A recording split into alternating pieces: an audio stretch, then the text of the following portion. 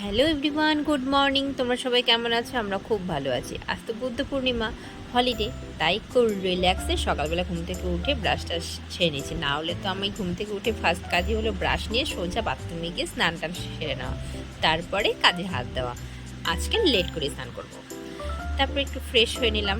প্রথমে এখনও সুচিরাজ ঘুমাচ্ছে, ওকে ঘুম থেকে আস্তে আস্তে ওঠাবো।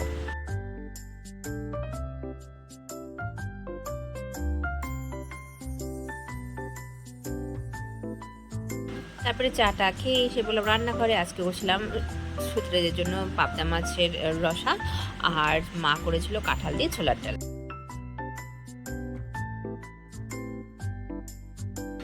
তারপরে চলে আসলাম দোকানে, কিছুক্ষণ বসলাম। মা কাজ করছিল অন্য কাজ, তো আমি আর সুতরাজ দুজনে মিলে দোকানদারি করছিলাম, আর ওর তো খেলা আছে সাথে।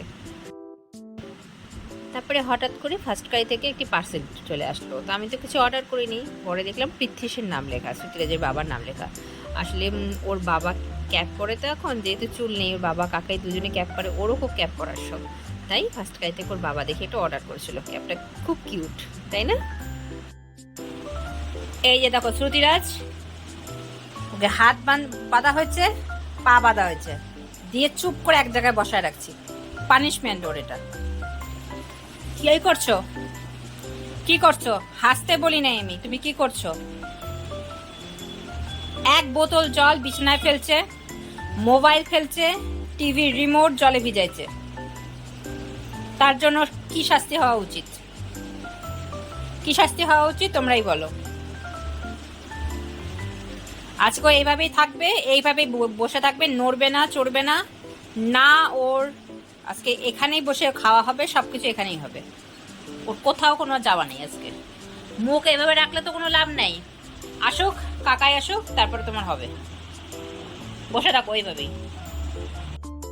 তারপর সন্ধ্যাবেলা চাটা খেয়ে আমি চাল ধুয়ে রাখলাম, আর সবজি টবজি যা ছিল সব গরম করে রাখলাম। এখন সুজিরাজকে নিয়ে যাব একটু মেলাতে, খুব বায়না করছিল মেলাতে যাব, পার্কে যাব। তো পার্কে তো নিয়ে যাওয়া হয়নি, তাই আজকে এখন একটু মেলায় যাব। তাই চাল ধুয়ে সসপ্যানে জল টল দিয়ে সব রেডি করে রাখবো।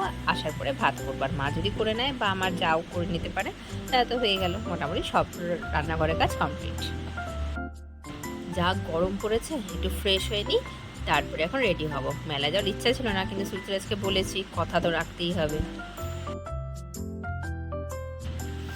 এই যে মা বেটু দুইজনেই রেডি আমরা মেলায় যাওয়ার জন্য। কত ডিমান্ড ওর, জানো তো, আইসক্রিম খাবে, ক্যান্ডি ফ্লাওয়ার্স কিনবে। এই যে চলে আসলাম, আর সামনেই নাগরদোলনাটা দেখে কি ভালো লাগছে বলো, আরও সুন্দর লাগছে। তারপর টিকিট কেটে শ্রুতিরাজকে নিয়ে ভেতরে উঠলাম। বেশি ভিডিও করতে পারিনি, কারণ শ্রুতিরাজকে হাত ধরে রাখতে হচ্ছিলো, এতটা গরম, মানে হাতে কি ধরবো, মোবাইল ধরবো না শ্রুতিরাজকে ধরবো বুঝে পাচ্ছিলাম না।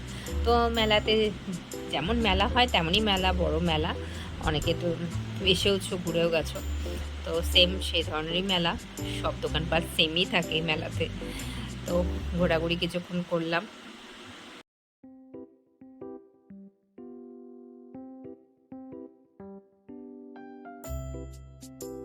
তারপর চিত্রাজের জন্য এই খেলনাটা কিনলাম, আর ওকে অপশান বলছিলাম আরেকটা জিনিসের, যে কোনটা নেবে। ও আমাকে বলছিল যে তুমি এটা না, আমি ওটা নিয়ে। বলছি না, আমি তো খেলনা দিয়ে খেলবো না, তোমাকে বাঁচতে হবে। তখন ও এই এটা হচ্ছে জিরাফ, এটাই কিনেছে। আর ওর দাদার জন্য একটি খেলনা কিনে আমরা চলে এসেছি।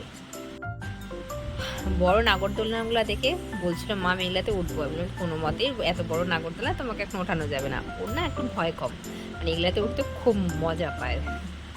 আমিও ছোটোবেলায় এরকমই ছিলাম, আমার মতোই হয়েছে আমার ছেলেরা। আমি বললাম নেক্সট টাইম বাবার সাথে উঠবো। তারপরে এই ছোটো গাড়িগুলোতে ওকে উঠালাম, এটাতেও খুব এনজয় করলো, সবসময় এটা ওর ফেভারিট।